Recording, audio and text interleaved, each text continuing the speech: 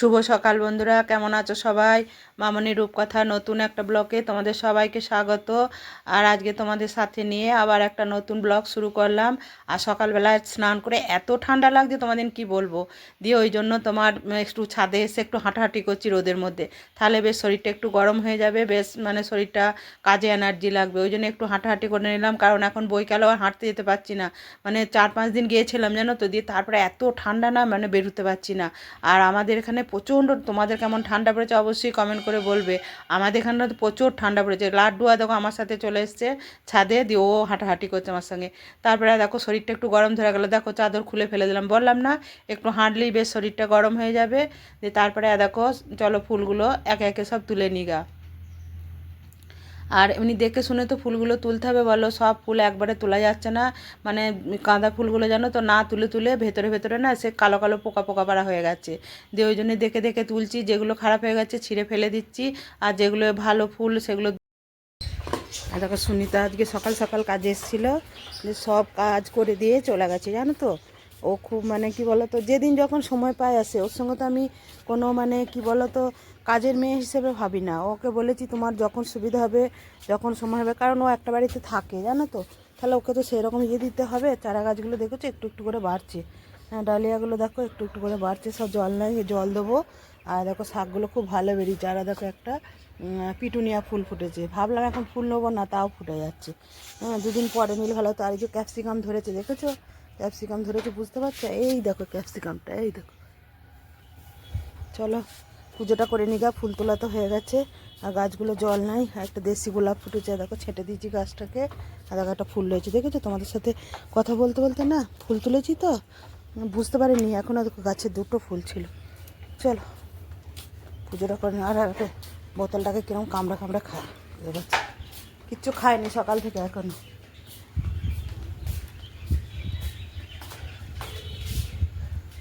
আমার গপুসোনারা এখনো ঘুমাচ্ছে।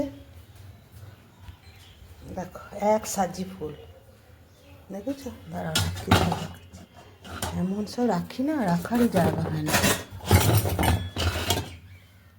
এক সাজি ফুল আছে। আর আজকে তাড়াতাড়ি পুজো করে দিয়ে কাজ করে দিয়ে গেছে তো, এবার পুজো করতে খুব ভালো লাগে। আর বাসি ঘরে পুজো করতে দেখো ঠাকুর ঘরে চলে এসেছি, এবারে পুজো করে নেবো। আর সকাল সকাল কাজ সেরে দিয়ে গেলে জানো তো পুজোটা করতে বেশ ভালো লাগে। তখন মনে হয় মনটাও ফ্রেশ, আর ঘর দুয়ারগুলোও বেশ পরিষ্কার। তো না পুজোটা করতে খুব ভালো লাগে। আর দেখো নিজের গাছে ফুল দিয়ে পুজো করা, তার একটা আনন্দই আলাদা। তোমাদের এখানে এটা আমি বারবারই বলি। হ্যাঁ, তোমরাও একটু আধটু গাছ বসাবে, তোমাদের মন শরীর সব ভালো থাকবে। আমি বলি নাই আমার মতো এক ছাদ তোমরা গাছ করো, যার যেমন জায়গা আছে, যার যেমন ক্ষমতা, পরিশ্রম করার ক্ষমতা আছে, তোমরা সেই রকম ওই কারু ব্যালকনি, কারু তোমার বারান্দা, কারু তোমার ওই জানলাতেও দুটো চারটে করে গাছ করবে। আর শীতের গাছ করা না খুব সহজ জানো তো, শীতের গাছ করা একদম কঠিন নয়। দেখবে মাটিটা একটু খোল দিয়ে একটু গোবর সার দিয়ে করে তার মধ্যেই গাছটা বসিয়ে দেবে, আর জলটা দেখে শুনে দেবে, দেখবে এক গাছ করে ফুল ফুটবে। হ্যাঁ, আমি তো সেইভাবেই করি। নাহলে তোমরা বলো এই সংসারের এত কাজ, তারপরে আমার ঘরে একটা পোষ্য আছে, আমার পাখি আছে, আমার মাছ আছে, হ্যাঁ আমার একটা ছোট বাচ্চার না, আমার রায় তো বিশাল বড় নয়। হ্যাঁ, তা আমি এত কাজ কি করে করি? নিশ্চয়ই আমার সেটা এনার্জিটা আছে, আমার ইচ্ছা যায়, আমার ভালো লাগে বলেই তো আমি করতে পারি। আর দেখো তোমাদের সাথে কথা বলতে বলতে গল্প করতে করতে আমার পুজো হয়ে গেল। আমি পুজো করে এরপর আমি নিচে যাব। আর দেখো আমার ঠাকুর ঘরে কত রোদ এসেছে দেখেছো, আমার গোপুসোনারা একদম রোদের মধ্যে আছে। হ্যাঁ, আমি সোয়েটার পরিয়ে রেখেছি, তাও ওরা ওদিকে রোদটা পাচ্ছে, আমার খুব ভালো লাগছে। আমি জানলাটা এখন বন্ধ করি না, সেই রোদটা যখন চলে যায় তখন বন্ধ করি। তারপরে দেখো নিচে চলে এলাম। নিচে এসে হাজবেন্ড এবার টিফিন করবে। আমি বেগুন পোড়া করে রেখে দিয়ে গেছিলাম জানো তো, খোলাটা ছাড়িয়ে আমি বাটির মধ্যে রেখে দিলাম, কিন্তু আমার বেগুন পোড়াটা ঠান্ডা হয়ে গেছে, তাহলে হাজবেন্ড ঠান্ডা একদম খেতে চায় না। আর এই লাড্ডুর বিস্কুটটা দেয়নি সকাল থেকে, এই যে বিস্কুটটা দিলাম, লাড্ডু এবারে বিস্কুটটা খাচ্ছে। আর তোমার এরপর আমি এই হাজবেন্ডের জন্য তোমার বেগুন পোড়াটা গরম করব। না গরম করলে জানো তো খেতে পারবে না, ঠান্ডা বেগুন পোড়া দেবে, গরম গরম ভাল লাগে। দিয়ে এই মাইক্রোওভেনে একটু গরম করে নিচ্ছি, দিয়ে পেঁয়াজ লঙ্কা সব কুচিয়ে রেখে দিয়েছি, দিয়ে ভালো করে ছেনে দেবো। দিয়ে হাজবেন্ড আমরা রুটি খাবে, রুটি করা আছে। তাহলে মাইক্রোওভেনটা চালিয়ে এটা গরম করে নিই। আর একটা কি সুবিধা বলো তো, গরমকালে তো অত গরম খাবার না হলেও চলে যায়, কিন্তু শীতকালে ফ্রিজ থেকে বার করে বলো, তারপরে কোনো জিনিস ঠান্ডা হয়ে গেলো বলো, একবার মাইক্রোওভেনে গরম করে নিলেই না সেই জিনিসটা খেতে খুব ভালো লাগে। আর তোমার এই রসগোল্লা আনলে এবারে বাইরে কদিন রাখবো বলো, একদিন রাখা যায়, 2 দিন রাখা যায়, 3 দিন তো রাখা যায় না। তখন আমি কি করি বলো তো, রসগোল্লাটাও একটু হালকা করে গরম করে নিই। আর এই যে কাঁচের বোলটা দেখছো ছোটো, এরকম আমার 2টো কেনা আছে জানো তো, আমি ছোটো ছোটো অল্প অল্প জিনিস যেগুলো হয় গরম করে নিই। আর দেখো বাটিতে ছিল, দিয়ে কাঁচের বোলটাতে ঢেলে নিলাম, দিয়ে এটা গরম করে না হালকা করে গরম করলাম, বেশি গরম করেছি তা নয়। দিয়ে এই যে পেঁয়াজ লঙ্কা কুচিয়ে রেখে দিলাম, দিয়ে এটা দিয়ে ছেনে হাজব্যান্ডকে রুটি আর বেগুন পোড়া দিয়ে দেবো। আর হাজব্যান্ড যত সিদ্ধ অল্প মশলার জিনিস খাবে, ওর শরীরের পক্ষে তো ততটাই ভালো, কিন্তু ওকে তারপর আলুটা দেওয়া যায় না, তোমাদের আগেই বলেছে সুগারটা আছে বলে না আমি সব নিয়মকানুন করি। কিন্তু আমার সঙ্গে মাঝে মাঝে বিশাল ঝগড়া হয় জানো তো, তোমরা হয়তো ক্যামেরার মধ্যে কোনো দিন দেখতে পাও না, এই খাবার নিয়েই ঝগড়া হয়। আমাকে সবসময় বলে তুমি আমাকে কিচ্ছু খেতে দিচ্ছ না। আমি বলি আমি তোমার ভালোর জন্যই করি, আমার খেতে না দেওয়াটা কোনো ব্যাপার নয়। তারপরে দেখো জামা কাপড়গুলো শুকিয়ে, তো সকালে তোমাদের দেখালাম সব শুকিয়ে গেছে, হাজব্যান্ড এনে দিয়েছে, দিয়ে আমি এগুলো সব গুছিয়ে রাখছি। আমি না সময়ের কাজ সময়ে করতে খুব ভালোবাসি। আমি সঠিক গৃহিণী কি না জানি না, তবে গুছিয়ে সংসার করতে খুব ভালোবাসি জানো তো। হ্যাঁ, আমি আমি ওই জন্যে কী বলো তো, আমি সব টাইমের কাজ টাইমে আমি সব সময় করে নিই। হ্যাঁ, আমার মনে হয় সংসারটা তো আমার, আর এই সংসারটা আমি যতটা পরিপাটি যতটা গুছিয়ে করতে পারবো, ততটাই আমিও ভালো থাকবো, আমার সংসারটাও সুন্দর থাকবে, এটাই আমি ভাবি। তাহলে চলো চাদর, এটা ছোটো মেয়ের ঘরে পাড়া ছিল, অনেক দিন ধরে পাড়া ছিল, দিয়ে আমি দেখলাম যে চাদরটা পাড়া আছে তুলে দিই, কারণ কেউ শোয় না, তবুও ধরো পাড়া থাকলেই দেখবে একটা ধুলো পড়ে, একটা মানে কেমন হয়ে যায়, দিয়ে ওটাই জন্য আজকে আমি কেচে দিলাম, দিয়ে অন্য চাদর পেরে দিয়েছি। আর হাজবেন্ড এখানে বসে বসে খাচ্ছে, তোমার টিফিনটা করছে, একটু পরে আবার আইকে আনতে যাবে। আর লাড্ডু আমার নিজের মনে কেমন খেলা করছে দেখো, ও নিজের মনে যখন থাকে না, নিজের মনে খেলা করছে। আর কত জামা প্যান্ট কাচা হয়েছিল তোমরা তো দেখলে, যে কত জামা কাপড় কাচা হয়ে গেলো, সেগুলো সব আমি কিভাবে গোছাচ্ছি তোমরা দেখো। আমি একদম মানে পরিপাটি করে একদম সুন্দর করে মানে গোছাই জানো তো, মানে যাতে তোমার কি বলো তো, সেই ছোট্ট করে ভাঁজ করে গোছালে আলমারির মধ্যে যেন অনেক জিনিস মানে থাক থাক করে রাখা যায়, যতই নিত্যদিনের জিনিস হোক। তা বলে কি ওই যেমন তেমন করে গুছিয়ে দিয়ে ভরে দেবো তা দেবো না, আমি একদম গুছিয়ে ছোট্ট ছোট্ট করে ভাঁজ করি, ভাঁজ করে আমি সেগুলো আলমারিতে থাক থাক করে রেখে দিই। আমার মেয়েরা বলবে মা তোমার কত ধৈর্য, তুমি সংসারে এত কাজ করো, তাও তোমার মনে হয় না যে এটা একটু ফাঁকি দিয়ে করি? আমি যে না, আমার মনে হয় না। আমার মনে হয় কি বলতো, যে কাজটা করব পরিপাটি করে করব, কারণ আমি এইভাবেই ছোট থেকে করে অভ্যস্ত। আমি ঘর গুছিয়ে রাখতে প্রচণ্ড ভালোবাসি।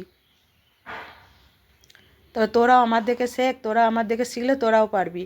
হ্যাঁ, কিন্তু ওরা এখনও পর্যন্ত সেই জায়গায় আসে নাই।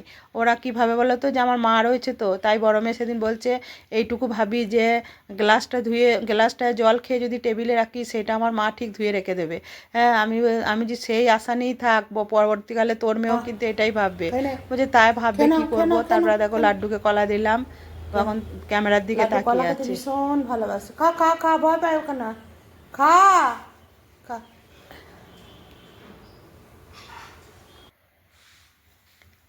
তারপরে দেখো চাটা অনেকক্ষণ করে রেখে দিয়েছি, চাটা এখনও খাওয়ার মতো সময় পাইনি। আর সত্যি কথা বলছি, ভুলেই গেছিলাম যে চা করেছি জানো তো, জামা কাপড়গুলো গোছাতে গিয়ে না ভুলে গেছে। তাও দেখলাম গরম রয়েছে বলে চা, গরম রয়েছে সেকে খেয়ে নিই। কিন্তু শীতকালের দিনে কি বলো তো, শীত বলো গ্রীষ্ম বলো, চা কিন্তু গরমই ভালো লাগে। আর আমি আবার ভীষণ গরম চা খেতে ভালোবাসি। আমার ওই ঠান্ডা চা বলো কফি বলো আমার একদম খেতে ভালো লাগে। কোনো খাবারটাই আমি ঠান্ডা খেতে পারি না, আমি সব খাবারই গরম গরম খেতে পারছি। আমার বড় মেয়ে জানে যে মা ঠান্ডা খাবার খায় না, ওই জন্য ও কী করে বলো তো, সবসময় যদি ঠান্ডা হয়ে যায় না, সঙ্গে সঙ্গে সব গরম করে দেয়। ওর এত বুদ্ধি না, কোনো যদি ধরো আমার আসতে একটু দেরি হলো, ও তখন গরম জল করে সব খাবার বসিয়ে বসিয়ে রেখে দেবে। তারপরে দেখো লবণটা অনেক দিন এনেছে, ঢালা হয়নি, ফুরিয়ে গেছে। এটা হচ্ছে তোমার রক্সল, হ্যাঁ এটা এনেছে। তারপরে সব জিনিসটা দেখো আজকে আমি ঢেলে নিচ্ছি, তেলটাও আমি ঢেলে নিচ্ছি, নুনটাও ঢেলে নিলাম, সব আস্তে আস্তে করে সব ঢেলে নিচ্ছি, কারণ সবই আজকে দেখলাম যে অল্প অল্প রয়েছে, ওই জন্য ঢেলে নিলাম। রান্না সেরকম কিছু করবো না কো, পোস্তটা তো ভিজিয়ে দিলাম, পোস্তর বড়া আর তোমার ডাল আলু সিদ্ধ আর তোমার একটু মাছ ভাজা করে দেবো। হয়তো রান্নাটা সব তোমাদেরকে দেখাতে পারবো না, সেরকম কিছু তো রান্না করবো না, সেই জন্য আর দেখানোর ইয়েটা নাই। আর এই পোস্তটাতে তোমার 3টে কাঁচা লঙ্কা দিলাম, কারণ পোস্তর বড়া করব। আর তোমাদেরকে আগেই বললাম আজকে আমার বিয়ে বাড়ি আছে রাতে, আবার কারণ আজকের বিয়েটা হচ্ছে আমার খুড়তুতো দেওরের ছেলের বিয়ে। আমরা যখন বেড়াতে গেছিলাম যেদিন, তার আগের দিনে সেই দিনই এসে আমাদেরকে কার্ড দিয়ে গেছে এবং বলে গেছে। আমি ভেবেছিলাম যাব না ঠান্ডায়, কিন্তু আমার হাজব্যান্ড মেয়েকেও ছাড়ছে না, বলছে না তুমি না গেলে আমরাও যাব না। দিয়ে দেখছি না, নিজের ঘরের লোকের বিয়ে, ধরো আমার বড় মেয়ের বিয়ে তো এসেছিলো, ওরা সবাই, আর আমিও যাই। সেই জন্যই আমিও যাব। আর দেখো পোস্তর বড়া করে নিচ্ছি, বেশ ভালো করে বড় বড় মোটা মোটা করেই করে নিচ্ছি আমাদের 4 জনের জন্যে। দিয়ে এই পোস্তর বড়া, ডাল, আলু সিদ্ধ, আর হাজব্যান্ড তো মাছ ছাড়া ভাত খাবে না, হাজব্যান্ডের জন্য একটু মাছ ভেজে দেবো। চলো তাহলে পোস্তটা ভেজে নিগা। দিয়ে ভাজা হয়ে গেছে, দিয়ে তারপরে দেখো খাওয়া দাওয়া সব হয়ে গেছে। আমি দিয়ে একটু রান্নাঘরটা ঝাঁট দিয়ে নিচ্ছি, কারণ এখন সন্ধ্যেবেলায় আর বিকালবেলায় ঝাঁট দিই না। কেন বলো তো, এখন তো পৌষ মাস পড়ে গেছে, ওই জন্যে খাওয়া দাওয়ার পর এই ডাইনিংটা একটু ঝাঁট দিয়ে নিই, তাহলে বেশ পরিষ্কার থাকবে। আর কত রোদ এসছে দেখেছো আমার ডাইনিংয়ে, প্রচণ্ড রোদ এসেছে। আর এইখানটা ছেড়ে আমার না যেতে ইচ্ছা যায় না। গরমকালে যে এইখানটা যেমন আমাদের কষ্ট দেয়, শীতকালে তেমন আরাম দেয়। তাহলে বুঝতেই পারছো যে যে কষ্ট দেয় সে কিন্তু ভালোবাসে, এটাই তার পরিণতি বোঝা যাচ্ছে। দিয়ে চলো একটু, আর আমার ঘরে মানে পোষ আছে তো, ওই জন্য না আমাকে বারবার ঝাঁট দিতে হয়, যতই আমার কাজের মেয়ে করে দিয়ে যাক, কিন্তু আমি বারবার ঝাঁট দিই। কেন বলো তো, আমার ঘরে তোমরা একটাও লাড্ডুর লোম পাবে না। সবাই এসে বলে তোমার ঘরে যে পোষ আছে বোঝাই যায় না।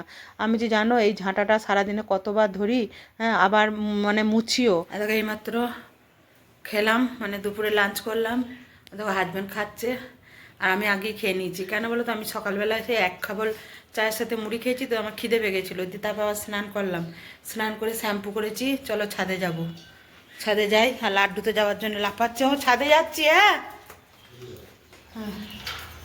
তোমার গামছাটা ভিজে, আচ্ছা গামছাটা নিয়ে যাই। এত ঠান্ডা লাগছে না নিচে, এখন কিছু করি নাই, শুধু চুলটা একটু আঁচড়াবো। চিরুনিটা নিয়ে যাচ্ছি, আর দেখো চিরুনি নিয়ে যাচ্ছি, চুলটা আঁচড়াবো।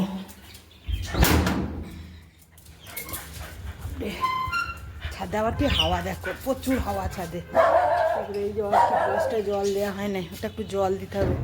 এই যে ফুলটা কি সুন্দর লাগছে, দেখি যদি অর্কিড করতে পারি তাহলে আবার দুটো করবো। আর আজকে রাত্রেবেলা আবার বিয়ে বাড়ি আছে, বিয়ে বাড়ি যাবো, ওই জন্য শ্যাম্পুটা করলাম। নাহলে ঠান্ডায় শ্যাম্পু করতে ইচ্ছাই যায় না। ওই তখন 2 দিন 1 দিন অন্তর অন্তর করতাম, আর এখন তোমার 4-5 দিন অন্তর করি। দেখছো কি করে বেড়াচ্ছে, দেখছো? দেখবে দাঁড়া কি করছে। ছুটছিস কেন?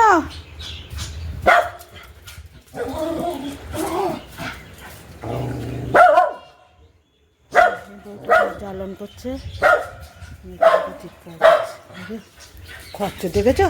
এই তোদের জিনিস নিচ্ছে, তুই যেরকম করছিস, তোদের জিনিস নিচ্ছে যে, বড় বড় খরচর। চলো ছাদে একটু বসি। দেখো আমরা বিয়ে বাড়ি যাচ্ছি, সাইডে পড়েছি, সোয়েটার পরেছি, প্রচণ্ড ঠান্ডা। মনে হয় এখানে মনে হয় এই যে বড় মেয়েও রেডি হয়ে গেছে। দেখো আমি বড় মেয়ে আর রায় যাচ্ছি, এই যে রায় আসছে, এই যে। চলো তাহলে যাচ্ছি, যেখানে দেখাবো তোমাদের। তারপরে দেখো চলে এসেছি, এটাই ওপরে 2 তলায়, মানে বউ বসে আছে, ওখানেই যাচ্ছি। চলো ওখানে গিফটটা দিয়ে চলে আসবো। আর ওখানেই সবাই আছে, এই যে এটা হচ্ছে বউ নীল রঙের শাড়ি পরে, আর ওই পাশেরটা হচ্ছে ওর ননদ, মানে আমার ভাসুরজি দেওরজি হয়, আর ওইটাকে আমি জানি না। ওরা ছবি তুলছিল। দিয়ে তারপর আমরা খাবার টেবিলে চলে এসেছি, এই যে আমরা খেতে বসে পড়েছি। কারণ আমার বাড়ি থেকে অনেকটা দূর জানো তো, মানে ওর আমার শ্বশুর বাড়ি ততটা দূর নয়, ও আবার বিয়ে বাড়িটা করেছে অনেকটা দূরে। দিয়ে আমরা সবাই খেতে বসে পড়েছি। তারপরে এখানে আমার খুড়শাশুড়িদের সঙ্গে দেখা হলো, ননদদের সাথে দেখা হলো, তারপরে তোমার জায়েদের সাথে, সবার সাথে দেখা হলো। কিন্তু আমি ক্যামেরাবন্দি করতে পারিনি, সবাই তো আর ভিডিও করা পছন্দ করে না বলো, ওই জন্য আমি নিজের মতো করেই করেছি। আর এখানে এই কৃষ্ণ ছবিটা, এটা একদম মন কেড়ে নিচ্ছে। এই জায়গাটা আমার খুব ভালো লাগলো, এত ভালো লাগলো তোমাদেরকে কি বলবো, মানে ওই জন্যই তোমাদের সামনে একটু তুলে ধরলাম। তাহলে আজকে ভিডিওটা এই পর্যন্তই, দেখা হবে নেক্সট একটা ব্লগে। টাটা।